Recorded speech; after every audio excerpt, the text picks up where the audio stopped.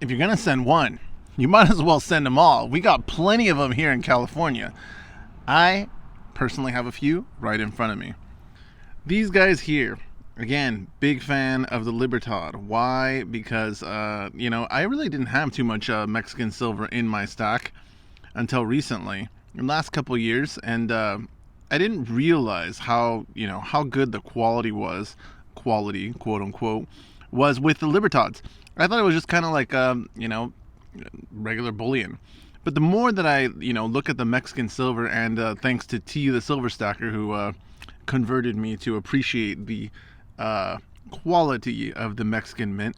The funny part is with the Libertads, I never really, for good reason, right? Who thinks of Mexico and thinks of high quality? Not many people. But with regards to the mint, that's definitely an exception. Now, that's not any type of a racist or slant against anything. I just, wouldn't associate something that came. I think when I think of Mexico, it's kind of the same value proposition as, something from China.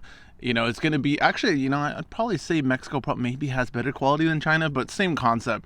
Something that's going to be mass produced, something we need produced that we can't do here at an effective cost. That's what I would look at from, something from Mexico. I mean, lots of our cars are made over there. Lots of stuff is made in Mexico, manufactured in Mexico, and it's perfectly fine. I mean, I'd trust Mexico over China any day. But again, with regard to the bullion, you really see, the detail, the quality in there. That this is the burnished Libertad, and again, this is the new 2-ounce proof. It's pretty interesting. It's pretty interesting to see, how detailed, how much really goes into these. Even their quote unquote junk silver is the Onzas, things like that. Pretty good pieces, pretty nice. I mean, especially when you consider that the tired eagles that we have here. Now, I will say I'm a fan of the reverse proofs. Pretty big fan. American Silver Eagle. Big fan of the gold eagles. Those are a little different. I do like the gold eagles. But silver, not so much. It feels kind of tired. Now, I don't own any Mexican gold, but I'd love to have a 1-ounce proof Libertad. Perhaps that's in the cards in the future. We'll see how successful I become. But in general, I think there's something to be said for not having that high quality piece coming from our mint and seeing things right across the borders, such as the Libertad, or up north, even the Royal Canadian Mint. So many of the different series that they have are such high quality that it's just, I feel kind of left behind by what we have here. Now, this guy here, I'm always interested, because no one ever tells me exactly what this is. I'm assuming this is something direct, like mint direct, because of the packaging. So the RCM packaging, which is pretty cool, again, because of the age. This is from 89, and it's still in the quote-unquote original package. That would be pretty awesome. But I don't know for sure. Now, this guy over here, I get a lot of questions about this guy. No, this is not silver. That would be pretty cool if it was. If In-N-Out produced silver coinage. These guys, now, if you don't know the story of burger coins, basically, these are, as it says on the good for one burger, any burger, so it can be up to a 4x4. It used to be up to, pretty much 10x10, whatever the hell you wanted, they would give you. But these guys, they used to be given out as kind of, the middle lower management had these kind of things, and they would give them out, for a good job, an attaboy kind of thing. As most associates keep them as souvenirs. But nowadays, I'm pretty sure you can just go buy these guys, at the company store or online, that kind of thing. But anyway, always interesting to know all these different things of these facets of In-N-Out, which people have a lot of misconceptions about it being like this amazing place. It's a workplace just like any other. There's lots of dirt that goes on there. But that is a different video.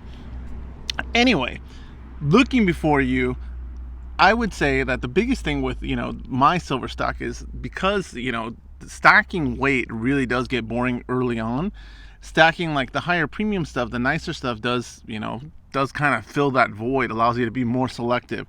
Now, for me, Atmex tends to have the best selection for, the nicer bullion, but it comes with a price. Atmex, you're kind of just asking to pay more. It is what it is, but versus JM Bullion or SD Bullion or the other ones that I've seen, it just kind of, if I'm going to pay $1 more, $5 more, but I'm going to get something like way more unique, I'm willing to pay that, especially when I'm not, buying a tube of Eagles. If I was buying a tube of Eagles, then it's just whoever's going to give me the cheapest price. These days, though, I can't imagine who's still buying Eagles, even with the price drop. Like, you must feel like a moron if you were buying, tubes of Eagles at $20 over spot, and listening to the mint tell you, or the bullion dealers, that it's because of demand. It's because, supply and demand. And then, after the fact, we hear which dealer was it? JM Bullion or SD Bullion? One of them was short like 900,000 ounces of Eagles or something like that. Like some crazy number where it was like, okay, if it was supply and demand and you were off by 1,000,000 ounces, that's kind of a big deal, right? Like that's clearly affecting price. Something's going on there. But you never hear about those kind of things. It's just, yeah, it's kind of gross. But I mean, these kind of things with regard to quality, when you look at what we have here, the U.S. Mint, the medallions they come out with, the Morgans, the peace dollars, well, it's just all boring. It gets tired. It's old, and they just don't try to innovate for good reason, just like anything, right? Think of the big businesses that you spend your time at.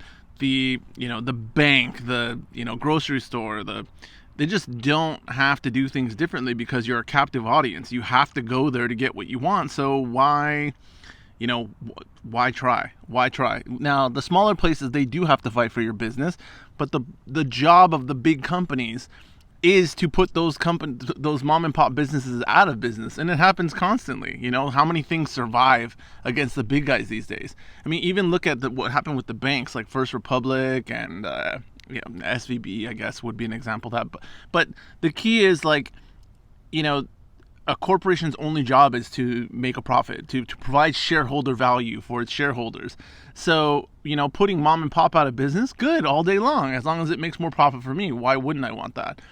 That also brings me to something like an epiphany that I had the other day about what it is that we have here, or just like market capitalism in general.